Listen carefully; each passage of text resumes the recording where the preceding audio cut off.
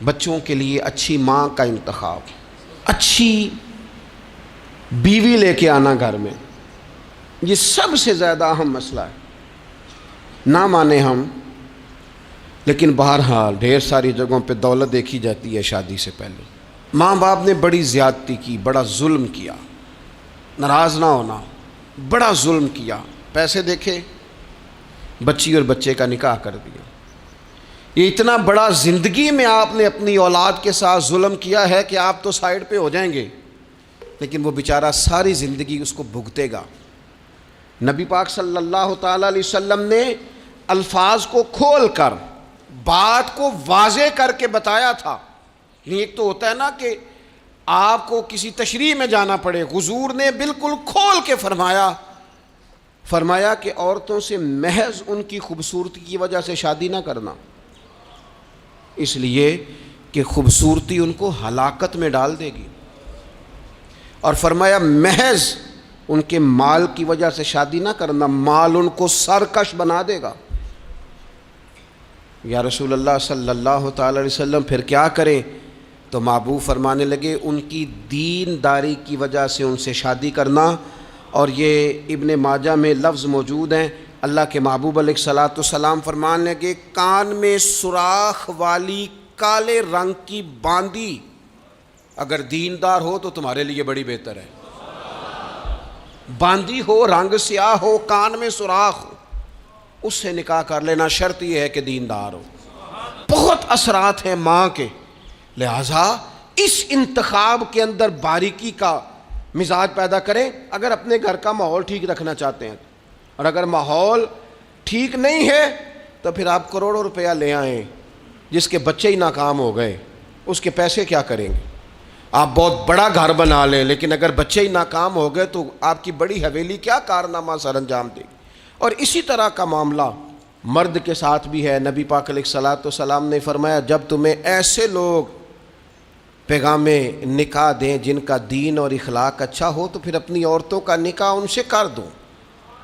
اگر ایسا نہیں کرو گے تو زمین میں فتنہ برپا ہوگا، فساد ہوگا۔ نیک مرد جب ملے تو پھر اس کے ساتھ نکاح کرو۔ صحیح بتانا، خالی نیک دے کے رشتہ دے دیا جاتا ہے؟ نیک ہے، دیندار ہے، اچھے اخلاق والا ہے، خالی تقویٰ دیکھ کے لوگ رشتہ دیتے ہیں؟ بڑا کچھ دیکھا جاتا ہے، بڑا پس منظر دیا تو تنخواہ تھوڑی ہو تو کہتے ہیں کماتا ہی کچھ نہیں۔ اگر تو بہو آئے تو پھر تو اس کے نصیب کا رزق ہے، اور اگر بیٹی نے جانا ہو تو پھر اس کے نصیب کا رزق نہیں ہوتا۔ تو جن رشتوں کی بنیاد لالچ پر رکھی جاتی ہے وہاں گھر کا ماحول درست رکھنا ممکن نہیں رہتا۔ گھر کا ماحول اس وقت درست رہتا ہے جب تقویٰ کو، طہارت کو، پرہیزگاری کو، عمدہ اخلاق کو، عمدہ اطوار کو، اچھے نظریات، ستھرے مزاج کو، گھرداری کے ماحول کو جب پیش نظر رکھا جاتا ہے پھر حالات کچھ اور طرح کے ہوتے ہیں۔ یہ دیکھیے ذرا، حضرت عمر رضی اللہ تعالیٰ عنہ مزاج کے لحاظ سے سخت ہیں۔ ایک نوجوان آیا، اس نے آ کے رونا۔ یہ پہلو آپ نے ضرور یاد رکھنا ہے میرے سیدنا فاروق اعظم کا، ہمارے امام، ہمارے قائد، ہمارے لیڈر، رہنما، مقتدا حضرت فاروق اعظم رضی اللہ۔ یہ انداز ضرور یاد رکھیے گا۔ حضرت عمر فاروق کا یہ طبقات ابن سعد میں موجود ہے۔ نوجوان آیا اور آ کے رو ہی پڑا۔ حضرت عمر نے اس کو روتے دیکھا تو فرمایا بیٹا کیا ہوا؟ کہنے لگے حضور فلاں علاقے کے فلاں گورنر صاحب کا مسئلہ ہے، حضور مجھ سے غلطی ہو گئی تھی، میں شراب پی بیٹھا تھا، انہوں نے مجھے درے بھی مارے ہیں، پھر انہوں نے لوگوں سے کہا اس کے ساتھ میل ملاپ چھوڑ دو، کوئی اس سے بات نہ کرے۔ حضور مجھ سے غلطی ہو گئی، میں مانتا ہوں، پر اتنی اذیت، اتنی تکلیف، جب مجھے سزا مل گئی، کوڑے لگ گئے، تو پھر یہ الگ سے جو سزائیں مجھے دی گئیں، یہ میں حضرت عمر کی بات کر رہا ہوں۔ میں نے جب یہ پڑھا تھا تو میں رو پڑا تھا۔ حضرت فاروق اعظم نے اس نوجوان کی بات سنی، سنو میں کیا کہہ رہا ہوں، اس گناہگار کی بات سنی، اس گناہگار کی بات سنی تو حضرت عمر رو پڑے اور فرمایا بلاؤ نا ان گورنر صاحب کو، وہ بھی بڑے سمجھدار باوقار بڑے آدمی تھے۔ بلایا اور بلا کے فرمایا آپ کا اس جرم پر غصہ بالکل ٹھیک، لیکن آپ کو کس نے اجازت دی کہ آپ اسے اتنی تکلیف دیں؟ آپ نے کوڑے مار لیے جو سزا بنتی تھی، اور پھر آپ نے کیوں کر کے لوگوں سے کہا اس سے ملنا جلنا چھوڑ دیں؟ فرمایا اب میں آپ کو حکمن کہتا ہوں اگر آج کے بعد آپ نے کوئی ایسا کام کیا تو میں آپ کو سزا دوں گا۔ فرمانے لگے آپ نے کہا تھا نا لوگ ان سے ملے جلے نہ، فرمایا اب آپ ہی لوگوں سے کہیں ان سے ملاقات شروع کریں.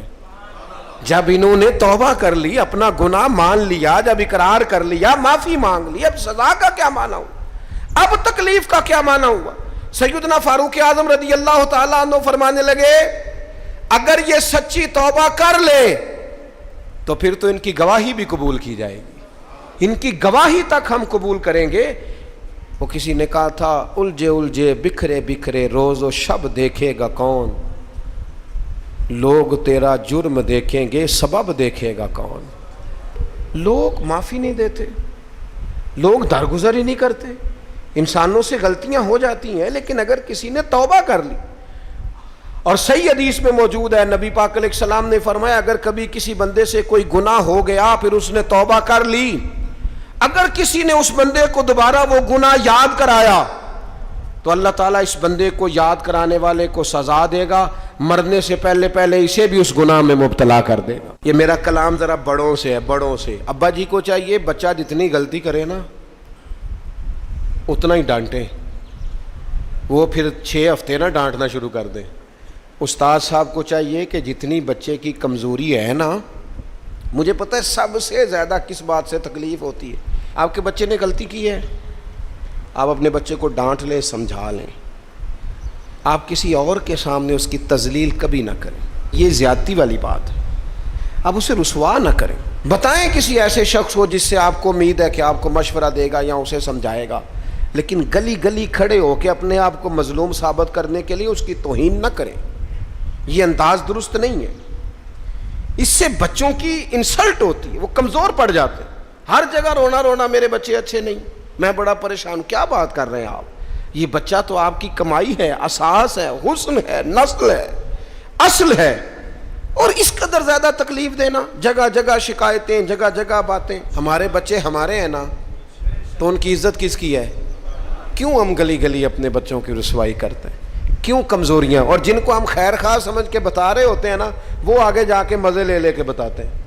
تو نقصان کس کا ہوا؟ ہمارا, ہمارے قبیلے کا, ہمارے گھر کا. قرآن حکیم نے سورہ بقرہ میں کہا فاستبقوا الخیرات, یعنی تم نیکیوں کی طرف دوڑو, جلدی جلدی نیکیاں کرو, فٹافٹ, دیر نہ کرو. فٹافٹ سے مراد یہ نہیں کہ نیکی جلدی جلدی کر جاؤ, یعنی ٹال مٹول نہ کرو خیر کے کام میں. کل کریں گے, پرسوں کریں گے, عمرہ کر رہے ہیں پھر نیکی ہیں, حج کر رہے ہیں پھر نیکی ہیں, بچے بیال ہوں پھر میں نیک ہوں.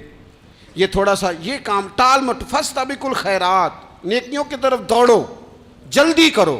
نبی پاک صلی اللہ تعالیٰ علیہ وسلم نے فرمایا 5 چیزوں کو 5 چیزوں سے پہلے غنیمت جانو. حضور علیہ الصلوۃ والسلام فرمانے لگے ایک تو تم جوانی کو نہ بڑھاپا آنے سے پہلے پہلے غنیمت سمجھ لو. نبی کریم صلی اللہ تعالیٰ علیہ وآلہ وسلم ارشاد فرمانے لگے کہ اپنی صحت کو غنیمت جان لو بیماری آنے سے پہلے پہلے. پھر حضور علیہ الصلوۃ والسلام فرمانے لگے اگر اللہ نے تمہیں مال دیا ہے, وسعت دی ہے, تو نیکی کر لو, خرچ کر لو اللہ کے راستے. خدا نہ خواستہ تم پر غریبی آ جائے. اور پھر حضور سید عالم صلی اللہ تعالیٰ علیہ وسلم فرمانے لگے اگر تمہیں اللہ نے کچھ فراغت دی ہے, بہت زیادہ مصروف نہیں ہو, تو غنیمت جان لو, جلدی سے نیکی کر لو قبل اس کے کہ تم مشغول ہو جاؤ. اور 5ویں بات حضور نے بیان کی, فرمایا زندگی کو غنیمت جانو موت آنے سے پہلے پہلے. جلدی سے نیکی کر لو. نیکی کے لیے ساری زندگی منصوبہ بندی نہ کرتے رہو, نیکی کے لیے. دیکھو نا ہماری زندگی میں یہاں دنیا میں رہ کے چند منٹوں میں وہ نیکی کی جا سکتی ہے جو قیامت کے بعد صدیوں کا ہمارا فائدہ کرے گی, صدیوں کا فائدہ کرے. کرتے نہیں, پلاننگ کر رہے ہیں, منصوبہ بندی کر رہے ہیں, بس تیاری کر رہے ہیں, بس حضرت آپ دعا کر دیں, اللہ تعالیٰ دعائیں بھی قبول فرمانے والا ہے. لیکن جو نیکی نصیب ہوتی ہے اسے جلدی سے کر گزریں, اسے فٹافٹ کریں. میرے ایک سنگی ہیں, تو سڑک پہ کوئی بندہ کھڑا ہوتا ہے نا, اللہ تعالیٰ انہیں سلامت رکھے, بندہ کھڑا ہوتا ہے تو کہتے ہیں میں اس سے پوچھ لیتا ہوں بابا جی کدھر جانا ہے, فلانی جگہ جانا ہے, تو کہتے ہیں میں موٹر سائیکل پہ بٹھا لیتا ہوں. بندہ دیکھ کے مجھے سمجھ آ جاتی ہے ضرورت مند ہے, میں اسے منزل تک نیکی جتنی میسر آئے, جس حد تک میسر آئے. کیا کہا ہمارے نبی پاک علیہ السلام نے؟ حضور نے ہم سے فرمایا کچھ نہ ہو سکے تو بات ہی مسکرا کے کر لینا, اس پر ہی اللہ صدقے کا ثواب عطا کرے. فاستبقوا الخیرات, جلدی سے نیکی کر لو. اپنے نامہ اعمال میں روز نیکیاں جمع کرو، کوئی نہ کوئی خیر کا کام روز کرو اور جلدی سے کرو۔ صحیح مسلم میں حدیث ہے، نبی پاک صلی اللہ تعالیٰ علیہ وسلم فرمانے لگے جلدی جلدی نیکی کے کام کر لو ان فتنوں سے پہلے جو اندھیری رات کے حصوں کی طرح فتنے ہوں گے۔ فرمایا اس وقت حال یہ ہوگا کہ آدمی صبح مومن ہوگا، شام کو کافر ہو جائے گا، شام کو مومن ہوگا تو صبح کافر ہو جائے گا۔ اور فرمایا لوگ دنیا کے بدلے اپنا دین تک بیچ ڈالیں گے۔ معاذ اللہ جھوٹی قسمیں نہیں کھائی جاتی؟ لوگ دنیا کے لیے دین بیچ ڈالیں گے۔ اس سے پہلے جب فتنے اتنے زیادہ ہو جائیں، اس سے پہلے نیکی کر لو، کوئی خیر کا کام کر لو، جلدی سے کچھ ایسا کر لو۔ حضرت عقبہ بن حارث رضی اللہ تعالیٰ عنہ فرماتے ہیں یہ دیکھیں ہمارے نبی پاک علیہ السلام کی سیرت کیا ہے، حضور کا اسوہ کیا ہے، نبی پاک علیہ السلام ہماری تربیت کس طرح کرتے ہیں۔ حضرت عقبہ بن حارث رضی اللہ تعالیٰ عنہ کہتے ہیں ہم نے نبی پاک علیہ السلام کے ساتھ نہ عصر کی نماز پڑھی، یہ صحیح بخاری میں موجود ہے۔ فرماتے حضور سلام پھیرتے ہی فوراً اٹھ کے گھر تشریف لے گئے۔ یہ ہمارے لیے نا انوکھی بات تھی، غیر متوقع تھی، پہلے کبھی ایسا ہوا نہیں۔ سلام پھیرا نماز کا، حضور جلدی سے تشریف لے گئے۔ اب ہم حیران تھے اور حیرت انگیز طور پر حیران تھے کہ کریم اتنی جلدی تشریف لے گئے، تھوڑی دیر ہوئی حضور واپس آ گئے۔ تو محبوب پاک علیہ السلام فرمانے لگے گھر میں نا ایک چھوٹی سی ڈلی، ایک چھوٹا سا ٹکڑا سونے کا پڑا تھا، مال آیا تھا سارا صدقہ کر دیا، وہ تھوڑا سا پڑا تھا، اچانک مجھے یاد آیا وہ تو پڑا رہ گیا۔ تو حضور فرمانے لگے میں نے کہا کہیں ایسا نہ ہو جائے کہ ساری رات گزر جائے اور میرے گھر میں پڑا ہی رہ جائے، میں جلدی سے جا کے اسے خیرات کر دوں۔ میں نے خیرات کیا پھر میں واپس آ گیا ہوں۔ جلدی سے نیکی، جلدی سے نیکی کر لی جائے۔ ہم بڑا انتظار کر رہے ہیں، بڑا لمبا ہمارا پروگرام ہے، ہمارے پاس ٹائم ہی بڑا ہے، کسی نے کان میں کہہ دیا ہے تیرے پاس بڑا وقت ہے، ابھی تو بڑی عمر پڑی ہے، ابھی تو جناب اور میرے بھائی یہ لوگوں کے کہنے کی باتیں ہیں، پھر پتہ ہی نہیں چلتا حالات کس طرح کے ہو جاتے ہیں اور کیا معاملات انسان کے ساتھ درپیش ہوتے ہیں۔ جتنی خیر میسر آئے، جتنا بھلا میسر آئے، جتنی انسان کو توفیق ملے۔ میں نے بزرگوں کو دیکھا اپنے اصحاب کو، پہلے وہ خدام سے کہتے کہ میں سونے لگا ہوں اور پابند کرتے لوگوں کو کہ فلاں وقت، بزرگوں کو میں نے دیکھا اپنے، وہ پابند کرتے لوگوں کو کہ فلاں وقت میں موجود ہوں گا آنا، خود پابند فرماتے۔ اور پھر جب بیدار ہوتے نا تو سب سے پہلے خدام کو بلا کے پوچھتے کوئی مہمان تو نہیں آیا؟ اور جناب آپ نے خود ہی تو پابند فرمایا فلاں دن آنا۔ کہنے لگے چل یار اگر کوئی آیا تو مجھے ملا لو، میری ملاقات کرا لو۔ کیوں؟ اس لیے کہ دور سے آیا ہے، مجھ سے ملنے آیا ہے، کوئی خیر کی بات سیکھنے آیا، چلو میرے نامہ اعمال میں کوئی نیکی جائے گی، کچھ نہ کچھ خیر جمع کر لی جائے، کچھ نہ کچھ ڈیوٹی کر لی جائے، کچھ کام کریں اور جلدی سے کریں۔ حضرت جابر ابن عبداللہ انصاری رضی اللہ تعالیٰ عنہ بیان کرتے ہیں، یہ بھی بخاری میں موجود ہے، کہتے ہیں ایک صحابی نا نبی پاک علیہ السلام کی بارگاہ میں حاضر ہوئے غزوہ احد کے موقع پر، اور حال ان کا یہ تھا کہ وہ کھجور کھا رہے تھے اور کھجور انہوں نے منہ میں رکھی ہوئی تھی۔ حضور کی بارگاہ میں حاضر ہوئے اور عرض کرنے لگے یا رسول اللہ صلی اللہ تعالیٰ علیہ وسلم اگر میں شہید کر دیا جاؤں تو کہاں جاؤں گا؟ حضور فرمانے لگے جنت میں۔ تو کہتے ہیں انہوں نے جو کھجور منہ کے اندر تھی نا وہ انہوں نے نگلی نہیں، اندر نہیں لے گئے، اس کو باہر نکالا اور دوڑ کے آگے بڑھے اور جنگ کرنی شروع کر دی اور لڑتے لڑتے شہید ہو گئے۔ کیا سبق دیا انہوں نے؟ سبق یہ دیا کہ نیکی کرنے میں اتنی دیر بھی نہیں کرنی جتنی کھجور کھانے میں دیر لگتی ہے۔ جلدی سے نیکی کرنی ہے، فٹافٹ نیکی کرنی، اس کے اندر ٹال مٹول نہیں کرنا۔ اسی وقت انہوں نے کھجور باہر نکال دی، دوڑ کے انہوں نے حضرت انس بن نضر رضی اللہ تعالیٰ عنہ، حضرت انس بن مالک رضی اللہ تعالیٰ عنہ کے چچا ہیں، میدان احد میں نا احد پہاڑ کے قریب کھڑے تھے، لوگوں سے کہہ رہے تھے جلدی جلدی ادھر آؤ، وہ جنت جو انسان کو انتقال کے بعد نصیب ہوگی اور قیامت کے بعد نصیب ہوگی، فرماتے تھے مجھے تو ابھی احد پہاڑ کے اندر سے جنت کی خوشبو آ بھی رہی ہے، لہذا جلدی سے آؤ، ادھر دوڑو، جہاد کرو، آؤ کفار سے لڑیں۔ تو نیکی میں دیر نہیں کرنی، جو نیکی میسر آتی ہے، جس کو میسر، ماں باپ میسر ہیں تو خدمت کر لیں، اہل خانہ ہیں تو حسن سلوک کر لیں، اللہ نے اولاد دی ہے تو اچھی تربیت کر لیں، دوست ہیں تو خیر خواہی کر لیں، اگر آپ کو اللہ رمضان عطا کرتا ہے تو زیادہ سے زیادہ اس کی عبادت کر لیں، اگر نظر ٹھیک ہے تو تلاوت زیادہ سے زیادہ کر لیں، زبان چلتی ہے تو رج رج کے مدینے والے محبوب پہ درود و سلام پڑھ لیں، اللہ تعالیٰ کا ذکر کر لیں، جلدی سے خیر جمع کریں، اپنے وقت کو ضائع نہ کریں۔ حضرت فضیل بن ایاز بہت بڑے بزرگ گزرے، جوانی کا زمانہ تھا تو ایک خاتون سے آشنائی ہو گئی، محبت کا ربط قائم ہو گیا، تو ظاہرہ جوانی مستانی ہوتی ہے اور جنون کا ایک شعبہ کہا گیا ہے جوانی کو، اور پھر دل میں اس طرح کے رجحان پیدا ہو جائیں تو پھر وہ جنون کئی گنا بڑھ جاتا ہے، تو اس کے ساتھ وقت طے کیا اور اس کے ملنے کے لیے بے تابی کے ساتھ ان گھڑیوں کا، ان لمحوں کا انتظار کرنے لگے۔ خیر جب وہ وقت آیا تو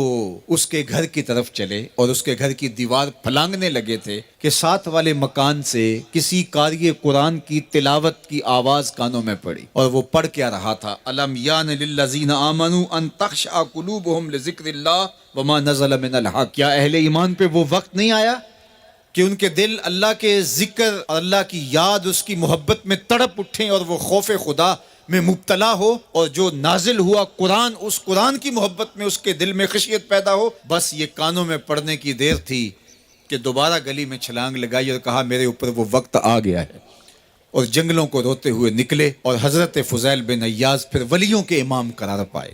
اس آیت نے ان کی زندگی بدل دی، کسی کی 30 سال، کسی کی 40 برس، کسی کی 50 سال، کسی کی 60 سال زندگی یہاں موجود لوگوں میں سے کسی کی اس سے بھی زیادہ اور کسی کی کم۔ اس آیت کریمہ کو ذرا اپنے اوپر وارد کریں تو اللہ ہمیں نصیب کر دے کہ ہمارے دل تیرے خوف سے کانپ اٹھے اور تیری خشیت سے ہمارے دل لرز اٹھیں، اور قرآن کے ساتھ ہمارا ربط مضبوط اور مستحکم ہو جائے، اور ہم یہ اقرار کرتے ہوئے تیرے حضور حاضر ہو جائیں، مالک وہ وقت آ گیا ہے کہ ہمارے دل تیری یاد سے، تیری محبت سے، تیرے پیار سے مالا مال ہو گئے، اور اپنی باقی زندگی ہم تیرے پیار میں، تیری محبت میں اور تیری یاد میں بسر کریں گے۔ حدیث پاک میں آتا ہے کہ اگر کوئی شخص اللہ کے خوف سے رویا اور اللہ کے خوف سے رونے کی وجہ سے اس کی پلکوں کے بالوں میں سے ایک بال کی جڑ گیلی ہو گئی تو قیامت کے دن وہ بال کھڑا ہو جائے گا، اللہ یا تو مجھے نکال لے یا اسے جنت عطا فرما دے۔ تو اللہ جل شانہ اس بال کو تو آنکھ سے نہیں نوچے گا، بلکہ اس شخص کو اللہ جنت عطا فرما دے گا۔ اللہ اکبر! گناہ گار کی آنکھ کا پانی اللہ کے غصے کی آگ کو ٹھنڈا کر دیتا ہے، اس لیے ہمیں رونے کا کہا گیا، فَلْيَضْحَكُوا قَلِيلًا وَلْيَبْكُوا كَثِيرًا۔ اللہ اکبر! ارشاد فرمایا کہ تھوڑا ہنسا کرو، زیادہ رویا کرو۔ صحابہ کو ہنستے ہوئے دیکھا تو آقا کریم علیہ السلام نے فرمایا کہ تمہارے تک اللہ کی امان نہیں پہنچی اور تم ہنس رہے ہو۔ عرض کی حضور اس کا کفارہ؟ تو فرمایا اس کا کفارہ یہ ہے کہ جتنا ہنسے ہو اتنا ہی تمہیں رونا پڑے گا۔ میں اور آپ ذرا اپنی زندگی پر غور و تدبر کریں، ہماری زندگی میں ہنسنا زیادہ ہے یا رونا زیادہ ہے؟ سویر سے لے کر شام تک کہے زیادہ ہیں، ٹھٹھے زیادہ ہیں، مذاق زیادہ ہیں، لطیفے زیادہ ہیں، یا عبرتیں زیادہ ہیں؟ تفکر زیادہ ہے، تدبر زیادہ ہے، سوچ بچار زیادہ ہے، یاد الہی میں تڑپنا زیادہ ہے، آنکھوں سے یاد خدا میں بہنے والے آنسو زیادہ ہیں، یا غفلت سے پھوٹتے ہوئے کہے زیادہ ہیں؟ مجھے اور آپ کو اپنی زندگی کا ضرور محاسبہ کرنا چاہیے۔ ٹھٹھوں سے، مذاق سے ہماری مجلسیں بھرپور ہوتی ہیں، ہم دن میں جتنا ہنستے ہیں کیا اس کا 10واں حصہ بھی ہم تنہائی میں بیٹھ کے اللہ کی یاد میں روتے ہیں؟ اگر ایسا ہے تو مبارک ہو، اور اگر ایسا نہیں ہے تو اللہ سے آنسو مانگو، اللہ سے درد مانگو، اس کی یاد میں رونا مانگو، اس کے ذکر میں تڑپنا مانگو، اس کی محبت میں بے تابیاں مانگو، آنسو مانگو، سسکیاں مانگو، تڑپنے پھڑکنے کی توفیق دے، دل مرتضیٰ سوز صدیق دے۔ اس کے حضور عرض کرو کہ مالک ہمیں تڑپ دے، ہمیں سوز و گداز دے، ہمیں کیف و سرور کی دنیا نصیب فرما دے، ہماری آنکھوں کو آنسوؤں کا جمال عطا کر دے۔ اور اگر ہماری آنکھوں میں آنسو نہیں ہیں، ہمارے پاس کہے ہیں، کہتے ہیں جو ہنستا ہوا گناہ کرے گا وہ روتا ہوا جہنم میں جائے گا، اور جس نے یہاں دکھ سہے، تکلیفیں سہی، آلام سہے، اس کے بدلے میں اللہ تعالیٰ اس کو وہاں راحتیں عطا فرمائے گا۔ فرمایا کہ مومن کے پاؤں میں کانٹا بھی چبھے تو اللہ جل شانہ اس کا صلہ بھی اس کو قیامت کے دن عطا فرمائے گا. تو یہ جو تفکرات ہیں، یہ جو دکھ آتے ہیں، یہ جو تکلیفیں آتی ہیں، مصائب آتے ہیں، مشکلات آتی ہیں، اذیتیں ہمیں پہنچتی ہیں، تو اس پر صبر کرنا چاہیے اور اللہ کا شکر ادا کرنا چاہیے کہ ہم ان مصائب سے گزر رہے ہیں، ان مشکلوں سے گزر رہے ہیں. اور اگر کسی شخص کی زندگی میں دکھ ہے ہی نہیں، سکھ ہی سکھ ہیں، تو پھر وہ سمجھے کہ وہ فتنے میں مبتلا ہے. اس لیے زندگی کے اندر یہ آنے والی تکلیفیں، زندگی میں ملنے والے دکھ، اذیتیں، یہ اللہ تعالیٰ کی طرف سے ہمارے اوپر ایک انعام ہے، اور اللہ تعالیٰ جل شانہ اس کے بدلے میں ہمیں آخرت میں صلہ عطا فرمانے والا ہے. تو فرمایا رجل ذکر اللہ خالیا ففاضت عیناہ، وہ شخص جس نے تنہائی میں بیٹھ کے اللہ کا ذکر کیا، اللہ کو یاد کیا، اور پھر کیا ہوا؟ فرمایا اس کی آنکھوں سے آنسو ٹپکنے لگے. تو میرے اور آپ کے آقا و مولا نے فرمایا قیامت کے دن جب کوئی سایہ نہیں ہوگا، یاد الہی میں رونے والے کو اللہ اپنے عرش کا ٹھنڈا سایہ عطا فرما دے گا. تو یہ رونا بہت بڑی دولت ہے، یہ بہت بڑی سعادت ہے. آتے ہیں، بیماریاں بھی آتی ہیں، اپنوں بیگانوں کی طرف سے اس کو تلخیوں کا بھی سامنا کرنا پڑتا ہے. تو اس موقع پر آپ کی زبان کوئی ایسا جملہ نہ کہے جو اللہ کی ناراضگی کا سبب ہو. غم تو پہنچتا ہے اور غم سے انسان متاثر بھی ہوتا ہے. یہ تو نہیں ہے کہ ایک تکلیف پہنچے. غالب نے کہا تھا روئیں گے ہم 1000 بار کوئی ہمیں ستائے کیوں. تو جب سینے میں دل ہے تو کوئی دکھ دے گا تو دکھی ہوگا، دل بے چین ہوگا. تو فرمایا کہ جب تکلیف پہنچے تو مدد کس سے طلب کرو؟ صبر سے، کہ اللہ مجھے توفیق صبر دے. روایت ہے کہ سلمان رضی اللہ تعالی عنہ حاضر ہوئے اور ان کے چہرے کے اوپر کوئی ایسے آثار تھے کہ جس طرح بہت بڑی پریشانی ہو. تو ان کو کہا کہ تمہارا جو دکھ ہے وہ اس کو کہو جو دکھ کا مداوع کر سکتا ہے، غم اسے کہو جو غم خار ہو، جو غم خار ہی نہ ہو اسے غم کہنے کا فائدہ. بعض اوقات لوگ خام خواہ بے چین ہوتے کہ میرے کو پوچھے تمہیں کیا ہے، چہرے کے اوپر جو ہے وہ خشونت سجائے، چہرے کے اوپر جو ہے وہ اداسی سجائے. آپ کو صدمہ پہنچے تو بعض اوقات ٹھیک ہے انسان بے بس ہو جاتا ہے، اس کے چہرے بچھڑے سے اس کا ظہور بھی ہوتا ہے، لیکن کچھ ایسی چیزیں جو چھپائی جا سکتی ہیں اس کو چھپائیں. ہنس کے پی جا تلخی ایام کو ناصر، غم کے سہنے میں بھی قدرت نے مزہ رکھا ہے. غم برداشت کریں، اندر اتار لیں اس کو، اس کا اجر رکھا گیا ہے، اس کا صلہ بتایا گیا ہے. تو ہر چھوٹی چھوٹی بات کو لوگوں سے شیئر کرنا یہ نہیں. ٹھیک ہے کبھی آپ کوئی ایسی بات ہو آپ کر بھی سکتے ہیں، لیکن ہر وقت جو ہے وہ اکتائے ہوئے رہنا اور میں پریشان ہوں، میں پریشان ہوں، میں دکھی ہوں، میں دکھی ہوں، تو کیا وہ دکھ ختم ہو جائے گا؟ لوگ مہندی سجائیں گے تیرے لہو سے، لوگ مہندی سجائیں گے تیرے لہو سے، زخم دل کے نہ دکھاؤ کسی کو. لوگ تو اس سے طرح مذاق بھی اڑائیں گے، اور جب تم ہنستے ہو تو زمانہ تمہارے ساتھ ہنستا ہے، اور جب تم روتے ہو تو زمانہ تمہارے ساتھ نہیں روتا. اس لیے یہ آنسو بڑے قیمتی ہیں، وہی بہاؤ جہاں شان کریمی موتی سمجھ کے چن لے. یوں ضائع نہ کرو، یوں ان کو برباد نہ کرو، لوگوں کے سامنے رسوا نہ کرو اپنے آپ کو. تو صبر کے دامن کو تھامو، ایک تو تلقین یہ کی گئی، اور دوسرا کہا والصلاۃ، اور نماز کے ساتھ اللہ سے مدد طلب کرو. حضور علیہ السلام جب بھی کسی مشکل میں مبتلا ہوتے تو حضور نماز کے لیے کھڑے ہو جاتے، اور میں نے خود کئی مرتبہ تجربہ کیا ہے جب کوئی تکلیف پیدا ہو تو آپ نماز پہ کھڑے ہو جائیں، تکلیف میں تخفیف پیدا ہو جاتی. اور بدر سے سخت دن کیا ہو سکتا تھا جب کافر پورے لاؤ لشکر کے ساتھ آ گئے، اور حضور کے لیے عریش ایک چھپر بنا دیا گیا، اور آقا کہیں وہاں مصلی بچھائے ہیں اور رب کے حضور کھڑے ہیں. مشکل کے وقت جب کوئی سبب نہ رہے تو اس کے حضور آ جاؤ، وہ تمہاری ضرورتوں کا کفیل ہے. وَإِنَّهَا لَكَبِيرَةٌ إِلَّا عَلَى الْخَاشِعِينَ، اور یہ بہت بھاری ہے نماز پڑھنا اور صبر کرنا، لیکن جو اللہ کا خوف سینے میں پالنے والے لوگ ہیں، رکھنے والے لوگ ہیں، ان کے لیے مشکل نہیں ہے. بچے کو صبح اٹھائیں آپ نماز کے لیے تو وہ اٹھتا ہی نہیں ہے، بار بار کہہ کے اس کو اٹھانا پڑتا ہے. اور اس نے سوات کی سیر کے لیے جانا ہو اور دوستوں کو ٹائم دیا ہو، تہجد کے وقت ہی تیار ہو کے بیٹھ جاتا ہے. اس کا مطلب ہے کہ اس کو نماز کا شوق نہیں ہے. اس کا شوق تھا، جس کا شوق تھا اس کے لیے اٹھنا بھاری نہ ہوا.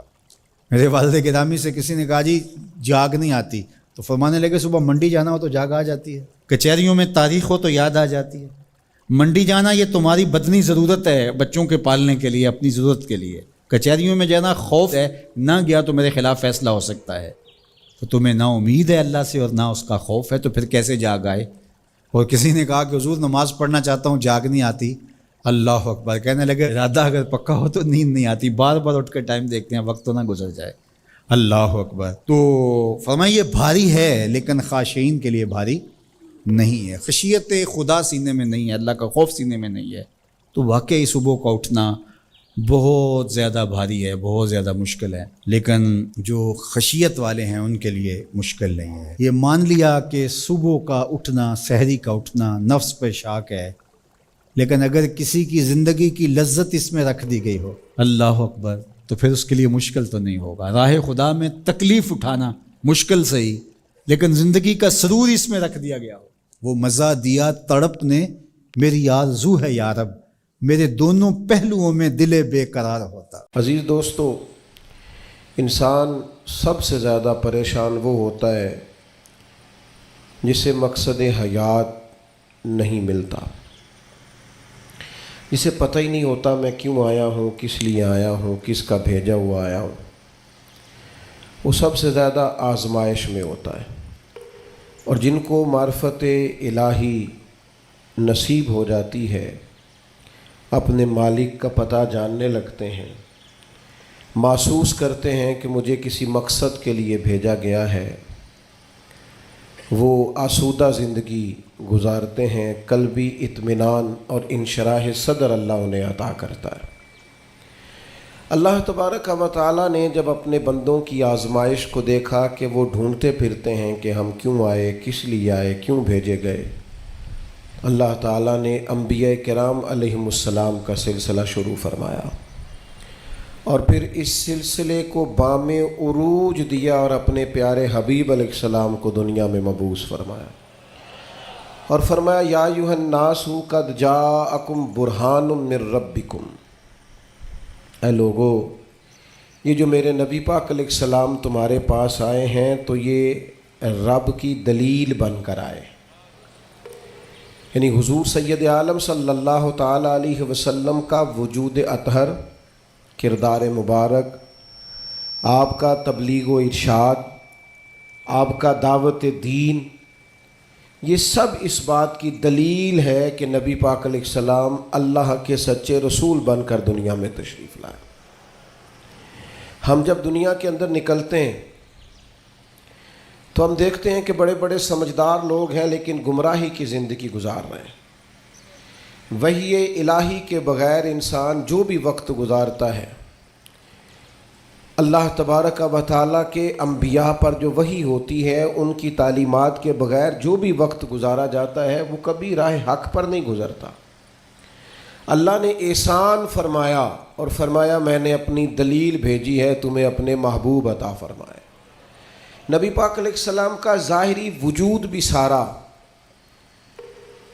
اس بات کی دلیل ہے کہ حضور اللہ کے رسول ہے۔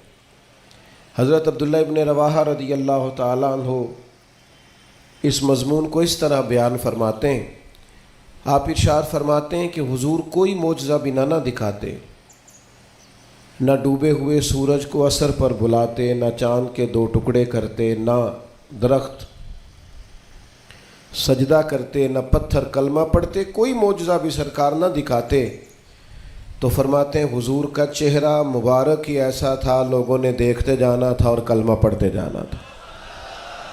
اللہ تعالیٰ نے حضور کے وجود نور کو اس طرح کا بنایا۔ پھر حضور علیہ السلام کو کچھ خاصیات جو محبوب پاک علیہ السلام کے فضائل، شمائل اور خصائل کو بیان کرتی ہیں، وہ بدرجہ اتم اللہ تعالیٰ نے محبوب کو عطا فرمائی۔ مثلا ایک حضور کی شان یہ ہے کہ نبی پاک امی ہے۔ امی کا معنی یہ ہے کہ حضور نے دنیا میں کسی استاد سے آ کے پڑھا نہیں، حضور سید عالم علیہ السلام کسی مکتب میں نہیں گئے۔ آپ کبھی ان لوگوں سے ملاقات کریں جو دنیا میں جنہوں نے پڑھا لکھا نہیں، وہ بڑے سیانے بھی ہوں نا کبھی، اور بڑے معاملہ فہم بھی ہوں، تو پھر بھی اپنے جملوں اور اپنے لفظوں پر اس طرح کنٹرول نہیں کر پاتے جو ایک پڑھا لکھا آدمی کر سکتا ہے۔ نبی پاک علیہ السلام امی ہیں، سرکار نے دنیا کے کسی استاد سے نہیں پڑھا، لیکن یہ دلیل ہے نا میرے نبی کے سچا رسول ہونے کی کہ حضور نے علم و حکمت کے وہ موتی عطا فرمائے ہیں کہ دنیا حیران رہ گئی. یعلمہم الکتاب والحکمہ، اللہ فرماتا ہے یہ تمہیں کتاب بھی سکھائیں گے اور دانائی بھی سکھائیں گے. جو فلسفیوں سے کھل نہ سکا اور نکتہ وروں سے حل نہ ہوا، وہ راز ایک طیبہ والے نے بتلا دیا چند اشاروں میں. حضور علیہ الصلاۃ والسلام دانائی، حکمت، تدبر، فہم و فراست. آپ سرکار کا کوئی ایک فرمان پڑھ لیں، حضور کی کوئی ایک حدیث پاک آپ لے لیں، اس کی معنویت میں اتریں، اس کی گہرائی اور گہرائی کو آپ دیکھیں، آپ حیران ہو جائیں گے. صدیوں کے ادیب، شاعر، حکماء وہ اپنا سارا کلام لا کے وہاں قربان کر دیں تو گرد راہ تک نہیں پہنچ سکتے. جو تدبر اللہ تعالیٰ نے نبی پاک علیہ السلام کو عطا فرمایا. آپ غور کریں، حضور مدینہ طیبہ تشریف لائے. اب پیار کرنے والا ہر آدمی ہی قابل اکرام ہوتا ہے. محبتوں کا خراج ہمیشہ انسان کو قرضدار رکھتا ہے. میرے جیسے چھوٹے آدمی سے جب لوگ پیار کرتے ہیں تو اپنی گردن جھکی ہوئی نظر آتی ہے کہ بوجھ زیادہ ہے، اس قابل نہیں ہے جتنی محبتوں کا سامنا ہے. تو اب سب محبت کرنے والوں کی دل جوئی کرنا، ان کے معیار پر پورا اترنا، ان کے معاملات کو دیکھنا، یہ آسان کام نہیں ہوتا. کسی درویش نے کہا تھا میں دوست تھوڑے بناتا ہوں، اس لیے کہ دوست زیادہ ہوں تو حقوق بھی زیادہ ہوتے ہیں. تو میں اتنی وسعت نہیں رکھتا کہ میں سب کے حق ادا کر سکوں. نبی پاک علیہ السلام مدینہ طیبہ تشریف لائے تو ہر آدمی کی خواہش ہے حضور میرے گھر آئیں، حضور میرے گھر آئیں. اور جو بھی وہاں عرض گزار ہے اور پیغام دے رہا ہے، سب کے سینے بھی کھلے ہوئے ہیں، دل بھی کھلے ہوئے ہیں، آنکھیں پلکیں فرش راہ کیے ہوئے ہر آدمی منتظر ہے کہ محبوب میرے گھر میں آ. بڑا امتحان ہے. کس طرح کر کے سب کی چاہتوں کا جواب دیا جائے تو یہ ذرا دیکھیے. اس امی لاقبی محبوب کی حکمت اور دانائی. محبوب فرمانے لگے بھی میری جو اونٹنی ہے نا یہ معمور من اللہ ہے، میں گویا خود نہیں فیصلہ کرتا میں نے کہاں جانا ہے، جہاں اونٹنی بیٹھ جائے گی میں مہمان بن جاؤں گا. اب انداز دیکھیے، نبی پاک علیہ الصلاۃ والسلام نے نا اونٹنی کی لگامیں اس کی گردن پر ڈال دیں. اب وہ اونٹنی چلتی جا رہی ہے، تھوڑی آگے جا کے ایک جگہ پہ وہ بیٹھ گئی، لیکن اس کے بیٹھتے ہی حضور اترے نہیں، محبوب بیٹھے رہے.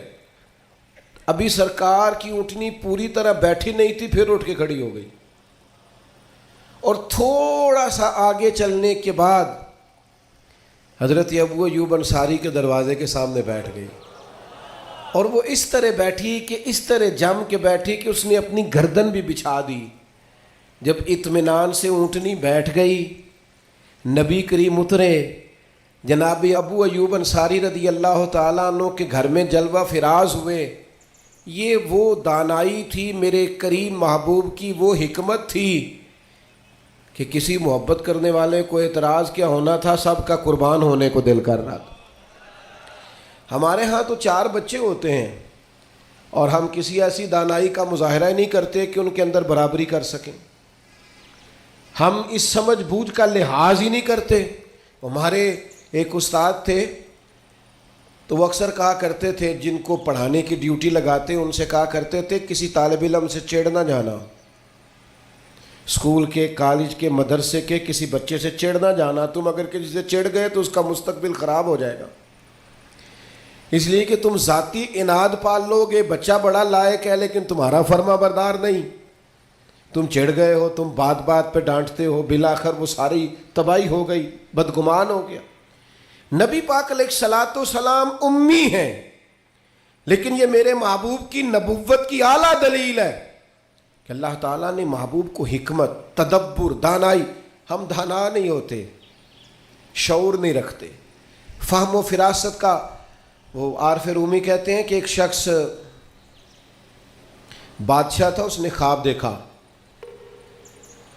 خواب میں دیکھا کہ اس کے سارے دانت ٹوٹ گئے اس نے ایک معبر کو بلایا، تعبیر کرانے والے کو، اس سے کہا اس کی تعبیر کیا ہے؟ اس نے کہا جناب اس کی تعبیر یہ ہے کہ آپ کے سارے رشتہ دار آپ کی زندگی میں فوت ہو جائیں گے۔ اب وہ بادشاہ اتنا ناراض ہوا، اس نے وہ تعبیر کرنے والا بھی قتل کروا دیا۔ اس نے کہا وہ بھی کوئی زندگی ہے جس میں نہ بھائی ہو، نہ بہن ہو، نہ بچے ہو، نہ بیوی ہو، نہ ماں ہو، نہ باپ ہو، مروا دیا۔ ایک اور آدمی تعبیر کرنے والا تھا پر وہ دانا بھی تھا، اس کو بلایا اور بلا کر بادشاہ نے کہا میں نے خواب دیکھا ہے، خواب میں میرے سارے دانت ٹوٹ گئے، تعبیر بتائیں۔ تو وہ کہنے لگا بادشاہ مبارک ہو، اس کی تعبیر یہ ہے کہ اللہ تعالیٰ خاندان میں سب سے لمبی عمر آپ کو عطا فرمائے گا۔ بادشاہ نے اسے انعام دیا، کہا تو جیتا رہ، کیا تو نے بات کی ہے۔ اب میری بات کو سمجھیے گا، تعبیر اس نے بھی وہی بتائی ہے جو پہلے والے نے بتائی، لیکن پہلے والے نے کہا تیرے سارے رشتہ دار تیری زندگی میں فوت ہو جائیں گے، اس نے اسے بھی مروا دیا۔ بات اس نے بھی وہی کی ہے، لیکن بات گرچہ بے سلیقہ ہو کلیم، پر بات کرنے کو سلیقہ چاہیے۔ آپ بے سلیقہ بات بھی کریں پر سلیقے سے تو کریں، کوئی لہجہ ہی نہیں، حکمت ہی نہیں، کوئی دانائی نہیں۔ دوسرے نے کہا اللہ تعالیٰ آپ کو سب سے لمبی عمر عطا کرے گا، تو بات پھر بھی وہی ہے کہ باقی سارے چلے جائیں گے اور آپ موجود ہوں گے، لیکن اس میں دانائی ہے نا، حکمت ہے نا۔ فتح مکہ کا موقع تھا، عجیب حالات درپیش ہوئے۔ اسلام کا جھنڈا حضرت سعد ابن عبادہ رضی اللہ تعالیٰ عنہ کے پاس تھا، بڑے عظیم صحابی۔ بدر کے موقع پر جس آدمی نے اپنے جذبات سے ماحول گرما دیا وہ حضرت سعد بن عبادہ، ہمیشہ اگلی صفوں میں مجاہدوں کی رہنے والے، مال خرچ کرنے والے، نڈار آدمی، لیکن جھنڈا ان کے ہاتھ میں تھا۔ حالات کچھ اس طرح کے پیدا ہوئے کہ بعض لوگوں نے مطالبہ کیا ان سے جھنڈا لیا جائے، اور کوئی معقول وجہ نہیں تھی، لیکن بعض اوقات نا حالات ایسے بن جاتے ہیں۔ اب حضور علیہ السلام کی بارگاہ سے مطالبہ ہو رہا ہے کہ آپ جناب سعد بن عبادہ سے جھنڈا لے لیں۔ یہ نوجوانوں سے بالخصوص عرض کروں گا کہ علم بھی تبھی بندے کو فائدہ دیتا ہے جب اس کے ساتھ کچھ بندے کو شعور بھی ہو، ہنر بھی تبھی فائدہ دیتا ہے جب اس کے ساتھ کچھ نہ کچھ دانائی بھی ہو۔ شیخ سعدی فرمایا کرتے تھے ایک من علم ہونا تو سنبھالنے کے لیے 10 من عقل کی بھی ضرورت ہوتی ہے، ورنہ ضائع ہو جاتا ہے سارا۔ دانائی، تدبر، یہ دیکھیے امی لقبی محبوب سے ہم نے دانائی سیکھنی ہے، تدبر سیکھنا ہے، فہم و فراست سیکھنی ہے۔